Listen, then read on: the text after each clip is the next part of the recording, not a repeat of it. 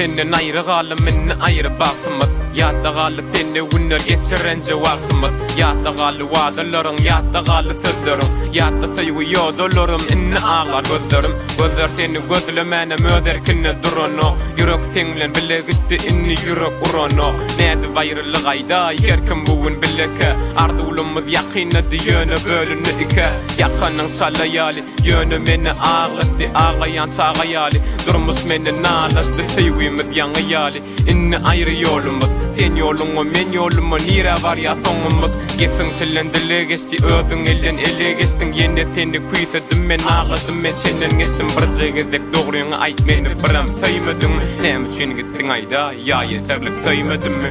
Yandım men söyledin, doydum men dünyadan.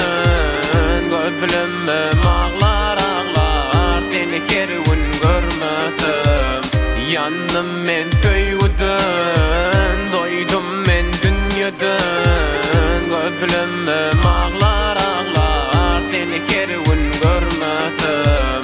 Yandım men söyledin, doydum men dünyadan.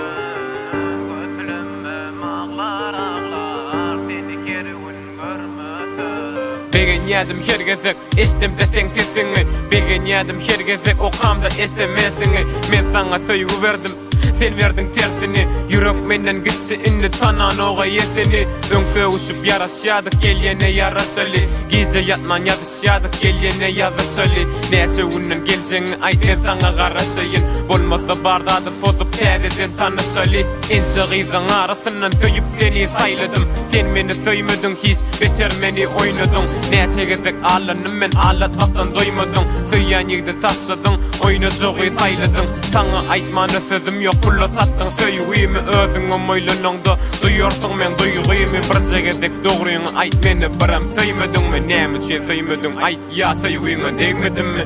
Yandım men söyledin, doydum men dünyadan. Gözlemim ağlar ağlar, seni kervin görmesem. Yandım men söyledin, doydum men dünyadan. Gözlemim ağlar ağlar, seni kervin